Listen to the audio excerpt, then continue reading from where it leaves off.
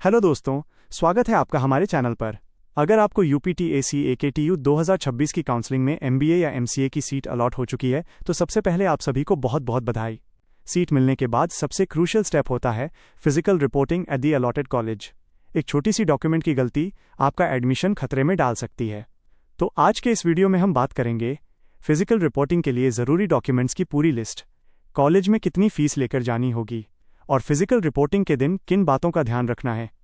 Video को बिना skip किए अंत तक जरूर देखें ताकि कॉलेज में आपको कोई परेशानी न हो। Mandatory documents checklist. चलिए सबसे पहले बात करते हैं उन ज़रूरी डॉक्यूमेंट्स की जो आपको अपने साथ लेकर जाने हैं। 1. यूपीटीएसी सीट अलॉटमेंट लेटर, आपका प्रोविजनल सीट अलॉटमेंट लेटर का print out. 2. UPTAC application registration form, counselling registration form की copy. 3. Seat acceptance fee receipt, 20,000 रुपये या 12,000 रुपये कैटेगरी अनुसार जो आपने ऑनलाइन पे की है उसकी confirmation slip. 4. CUET-PG admit card और स्कोर कार्ड, क्योंकि एडमिशन CUET-PG मेरिट पर आधारित है। 5. 10th और 12th मार्कशीट्स और सर्टिफिकेट्स, दोनों की ओरिजिनल और कॉपियाँ। 6. ग्रेजुएशन मार्कशीट्स, सभी सेमेस्टर्स ईयर्स की marksheet. 7. Degree by provisional degree certificate, graduation की डिग्री या कॉलेज से मिला provisional certificate. 8. Valid photo ID, जैसे आपका आधार कार्ड या अन्य सरकारी आईडी। 9.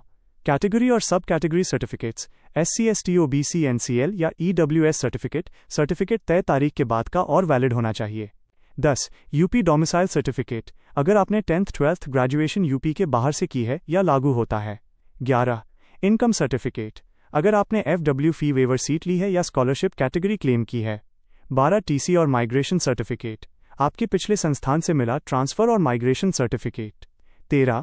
कैरेक्टर सर्टिफिकेट, आखिरी बार जहां से पढ़ाई की हो वहां से जारी किया हुआ। 14. मेडिकल फिटनेस सर्टिफिकेट, किसी रजिस्टर्ड मेडिकल प्रैक्टिशनर से अटेस्टेड, यूपीटीएसी ब्रोशर के फॉर्मेट अनुसार। 15. एंटी रैगिंग अंडरटेकिंग एफिडेविट, छात्र और पेरेंट्स दोनों का, ऑनलाइन या स्टाम्प पेपर पर जैसा कॉलेज का नियम हो। 16. पासपोर्ट साइज फोटोज, कम से कम 6 से 8 रीसेंट फोटोग्राफ्स।